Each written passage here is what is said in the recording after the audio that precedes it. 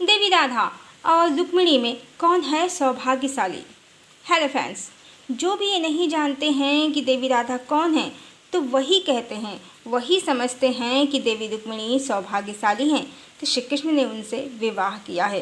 पर जो जानते हैं कि देवी राधा कौन है वो जानते हैं कि देवी राधा आदि शक्ति हैं, परम ब्रह्म परमात्मा की सनातन अर्धांगिनी हैं।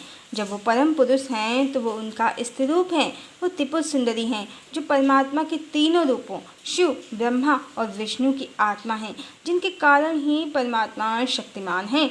जैसा कि बंगाल के प्रसिद्ध संत कृष्णदास कहते हैं, राधा पूर्ण शक्ति कृष्ण पूर्ण शक्तिमान, दुई वस्तु भेद नाही शास्त्रेण प्रमाण। और युगलाष्टकम में इसकी और भी अच्छे से व्याख्या हुई है। कृष्ण प्राणमयी राधा, राधा प्राणमयो हरि, जीवनेन्धने नित्यम कृष्ण गतिर राधा कृष्ण गतिर्ममा। कृष्णम गेह स्थिता राधा, राधा गेह स्थितो हरि, कृष्ण चित्त स्थिता राधा, राधा चित्त स्थितो हरि। राधा कौन है? राधा कौन है? श्री कृष्ण का प्राण है, उनके शरीर में स्थित हैं, उनका चित्त हैं। बिल्कुल यही बात भगवान राम ने श्री रामचरितमानस के अनुसार देवी सीता के लिए कही थी। जब वो लंका में रावण की कैद में थीं, अशोक वाटिका में थीं, तब हनुमान जी ने प्रभु का संदेश उन्हें देते हुए कहा था कि प्रभु ने कहा है आपके लिए संदेश है उनका। कहु राम वियोग तव सीता, मोह कहु सकल भय विपरीता। नव तरु किसलय मनहु किसानु, काल निशासम निश शशि भानु। कहु तो कछ दुख घटि होई, काहि कहो यह जान न कोई। तत्व प्रेम कर मम तोरा, जानत प्रिया एक मन मोरा। सो मनु सदा रहत तो पाही, जानु प्रीति रसु इतने माही। देवी राधा हूँ या देवी सीता, उनका तत्व और भगवान का तत्व एक ही है। एक ही परमात्मा दो शरीरों में बस प्रकट हो गए हैं। शिव पुरुष के शरीर में प्रकट हो गए हैं और शक्ति स्त्री के शरीर में प्रकट हो गई हैं, पर चेतना एक ही है।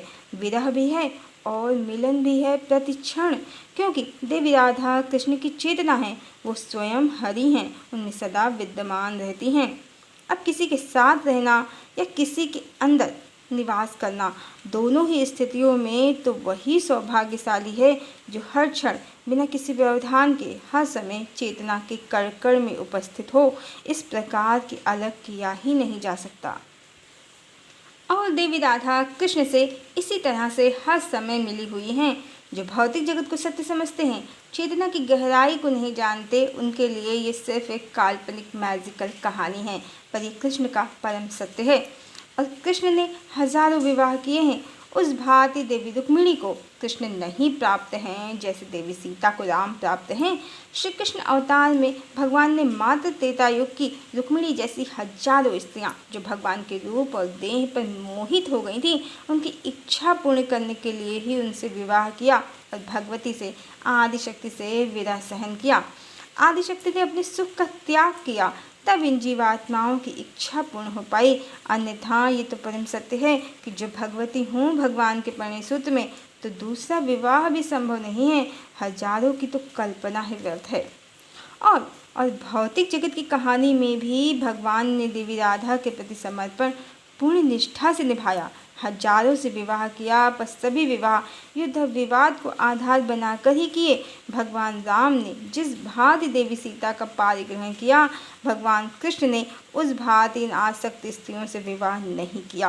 वो किसी के भी द्वारे बारात सजाकर, दूल्हा बनकर, सेहरा सजाकर नहीं गए और हजारों से विवाह करके किसी को भी भौतिक जीवन में भी देवी सीता जैसा अधिकार और उनका स्थान नहीं दिया। प्रिया का स्थान किसी को भी नहीं दिया। सौभाग्यशाली तो हर स्थिति में देवी राधा ही हैं, क्योंकि उन्हें हृदय जो समर्पित कर दिया। जब हृदय ही दे दिया तो दैहिक संबंधों का क्या मूल्य, क्या महत्व है। और एक दो हों तो किसी को महत्व मिले भी, हजारों की भीड़ है, यहाँ कोई महत्वपूर्ण नहीं है, मात्र इनकी इच्छा पूर्ण की गई है। परमात्मा की इनमें कोई आसक्ति नहीं है।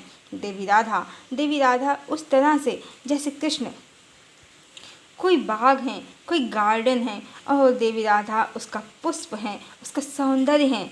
और आसक्त स्त्रियां मात्र उस बाग को, उस गार्डन को देखने वाली आँखें, माना कि आंखें भी सौभाग्यशाली हैं, प्रभु को देखती हैं दिन रात, पर पुष्प से ज़्यादा तो बिल्कुल भी नहीं। पुष्प तो प्राण है बाग का, गार्डन का। और कृष्ण यदि सुंदर भवन हैं तो देवी राधा उसकी साम्राज्ञी हैं, और रुक्मिणी जैसी आसक्त स्त्रियां उस भवन के आसपास मंडराते लोग। अवश्य उन लोगों को भवन को छूने का, देखने का सुख प्राप्त है, पर भवन के अंदर रहने का सुख तो देवी राधा को ही प्राप्त है। देवी राधा के सौभाग्य से तुलना मात्र श्री कृष्ण ही कर सकते हैं, क्योंकि वो प्रिया हैं और वो प्रियतम। प्रिया में प्रियतम निवास करते हैं और प्रियतम में प्रिया। परम ब्रह्म की प्रिया है वो, परमात्मा की सनातन अर्धांगिनी है वो, उनमें ही निवास करती हैं वो। उनका शक्ति तत्व, प्राण तत्व और उनकी आत्मा है वो। हरिओम।